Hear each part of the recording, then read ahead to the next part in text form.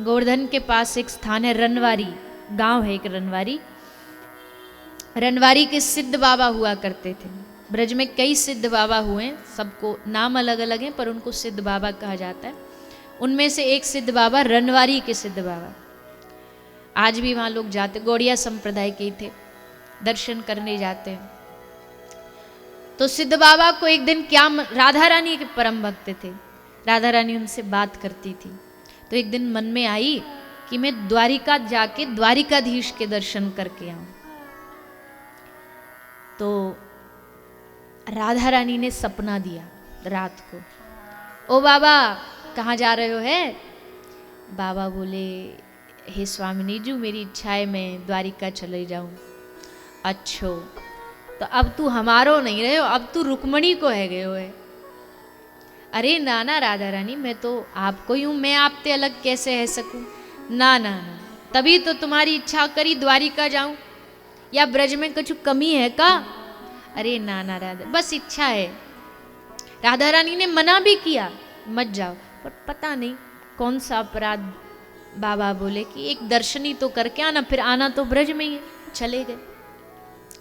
अब जब द्वारिका गए, द्वारिकाधीश का दर्शन हुआ, फिर वहाँ एक भेंट द्वारिका है जिसमें आप शायद गए हों, नाव में बैठ के जाते हैं।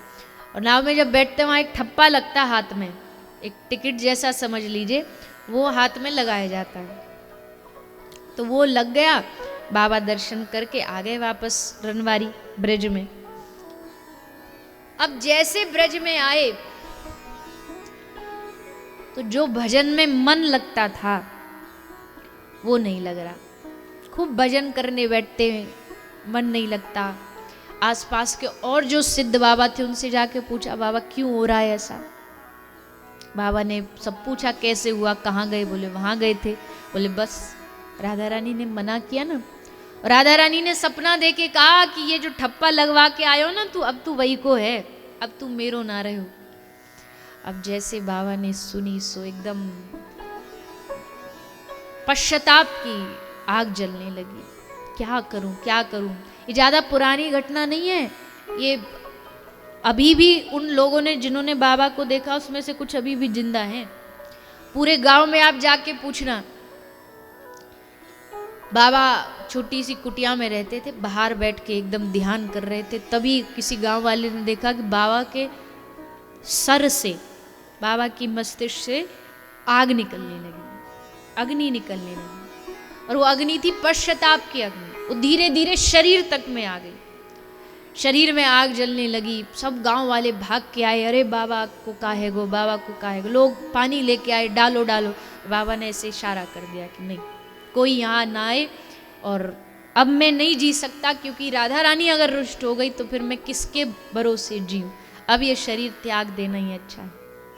तो गांव वालों ने कहा, बाबा ने कहा कि किसी को कुछ मांगना, तो गांव वालों ने चलते चलते कहा, बाबा हमारे आसपास अनाज नहीं होता था उस गांव में, तो बाबा आप ऐसा आशीर्वाद दे के जाओ कि यहाँ अनाज हो। बाबा ने आशीर्वाद दिया, शरीर वहीं त्याग दिया, जल गया शरीर, ताप में जल गया। आज वहाँ खूब बढ़िया फसल होती है और सारा गांव बड़ा सुंदर, एक भव्य मंदिर भी वहाँ बनाए जाते हैं, दर्शन करते हैं, बाबा का आशीर्वाद लेते हैं कि कैसे उनकी कृपा से पूरा गांव हरा भरा हो गया। तो कहने का भाव है, ब्रज के साधु कहीं बाहर भी जाना पसंद नहीं करते, क्योंकि हमारे ब्रज में ठाकुर जी ने सब दे दियो, राधा रानी ने सब कुछ दे दियो, अब कहाँ जाए? जो बाहर हमको ना प्राप्त होगा वो ब्रज में प्राप्त हो जाएगा। और ये भी बात उतनी सच है, दुनिया में भगवान बहुत हैं, अलग अलग रूप में।